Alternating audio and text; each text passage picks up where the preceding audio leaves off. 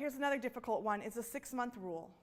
So let's say it's the beginning of the year and you have pleaded from the pulpit, we need help, right? And you have loads of people come to your door and say, yes, I'm willing to help. 6-month rule says that they need to work with someone who's already been in your ministry for 6 months. So that requires some thought process, right? Because you may have some 4 strong leaders that you want in each of those, their ministries, but you may have to split them up for 6 months so that they can work with a new person coming in. And that's simply to monitor, to check, to verify. Once you do the background check and you've done reference checks, you have paper saying this is a good person, right? But you also want to visually see how they're responding to kids when kids are having a bad day, or when you have kids on the spectrum of autistic to autism and they're struggling, right? And so how does that volunteer respond to that? So that's why the 6-month rule is having someone work with a new person coming in for 6 months. Again, that's a difficult one for churches that have a smaller and smaller select people. I think, as you mentioned, a smaller and smaller select people to choose from. So it's really about planning long-term and kind of looking for that person who's going to role model, just appropriate conversations and those kinds of things.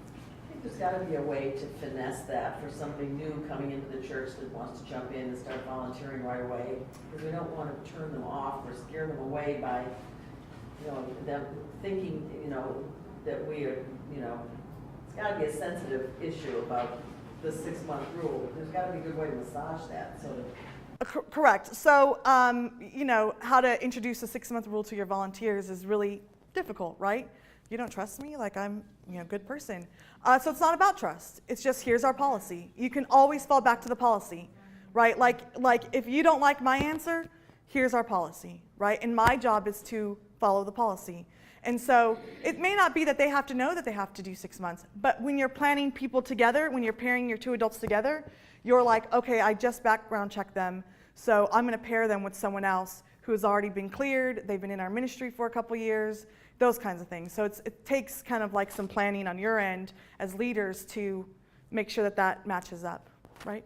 That's very much how it works by default almost anyway. I think when somebody new comes into a ministry, like if they're going to help with an event, there are more experienced people who are kind of showing them the ropes. And this is just making that part of the safe sanctuary effort. Right, yeah, exactly. Yes. Just so I'm clear, are you saying that the 6-month rule is we're talking about new people who just come to the church, that they have to be in the church for 6 months before they can work with you? Oh, that is a great question, because that is 2 different questions, actually. So the question is that a new person coming into church, brand new to your church, do they have to wait 6 months to work in your ministry, and then wait 6 months to be at the church, and then another 6 months to help in your ministry? Great question. That's kind of they don't really clarify that. But I would use your judgment, right? Like it's a new person, you have no background on them, you know nothing. So really all you have is, hey, I have a great heart and I want to help in this ministry, and I have a paperwork saying that, I'm cleared and all that kind of stuff. You might want to, work with the leadership team and see, their gifts and talents and maybe mentor them as a leader. Let's go out for coffee, let's talk about where you think you'll plug in. Maybe so that could take some time, right? But this 6-month rule is specifically for once you have an application and they've approved you to do a background check, then the 6 months begin, right? To pair up with another person who's working in the ministry. I think when Joy Thornburg Melton wrote the original documents, the 6-month rule was to keep people from shopping for churches with opportunity to harm children. Somebody had to be willing to make a commitment to the church for 6 months, and I believe originally it was 6 months membership. They had to make a commitment to actually be a member of the church. The mentoring is fabulous, because haven't we all seen the person who comes in only for vacation Bible school and really should not be working with kids? Right. Because we need bodies, and we need somebody to help with the crafts. and by the end of 5 days, you're like, oh, man, they're gonna ask where they come from. Right. So, I think it's actually two things. I think the 6 month is a commitment to the church. Okay. And we kind of flex that a little in my situation because sometimes we just don't get around to actually doing the new member Sunday because we're small and we got kind of comfortable having them being there. So we're flexible about that, but it's also pushed some people to go, yeah, I really do want to make a commitment to this church because I want to work in your ministry. So I think it's actually two different. That's awesome. Yeah, in our ministry, I only choose church members. And so if they wanted to volunteer, they would need to begin that process. Just, again, that's a commitment. I want people to invest in the youth and in the ministry, not to a rotating door. But again, that's different, yes. Two questions. One, what if you have a new appointed minister, are they under the 6 month rule? I wouldn't think so, but 6 months is 6 months. And the second question is, we have some people that have chosen to be steadfast attendees, active in the church.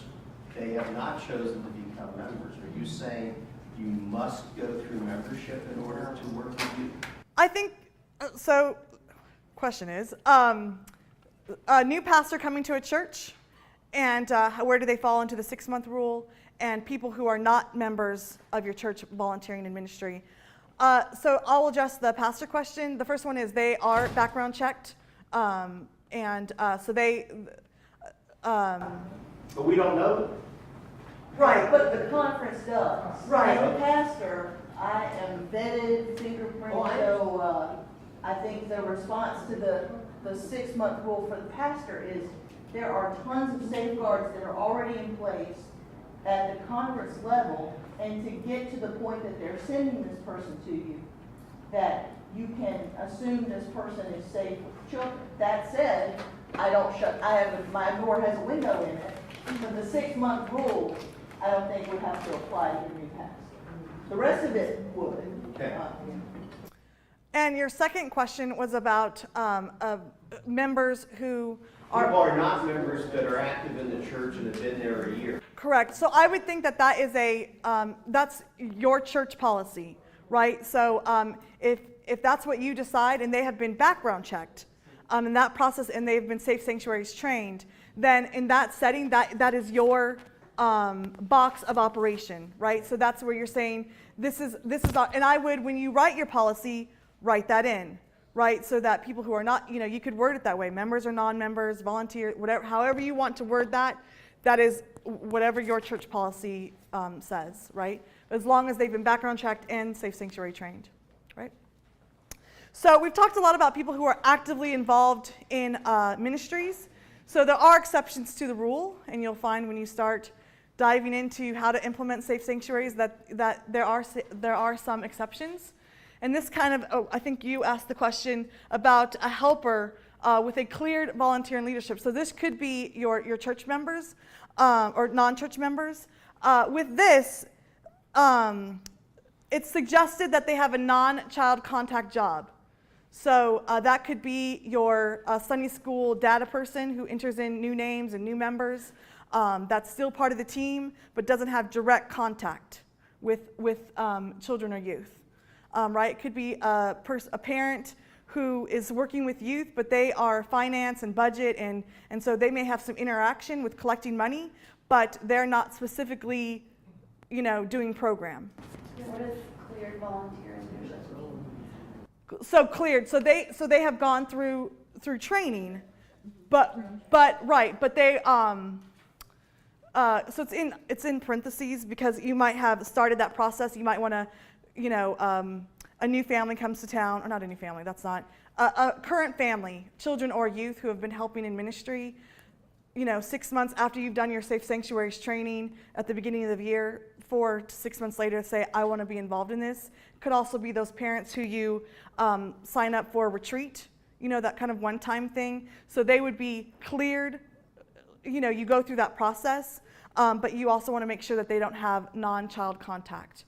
So maybe they're the parent that is just driving, right? Because we're going to talk about that. Drivers also need to be background checked, but maybe they're just drivers, and so there's no really program kind of conversation. Is that? For some reason, I'm not making the connection in my brain. Why can't they have contact with the children at Because you're fast tracking them, so maybe the paperwork is in process, like you're still. Before the 6 months. Right. So sorry, I thought I explained that. Yeah, you're fast tracking them. Like they've kind of come in after you've done a huge training, and so you kind of got to fast track them.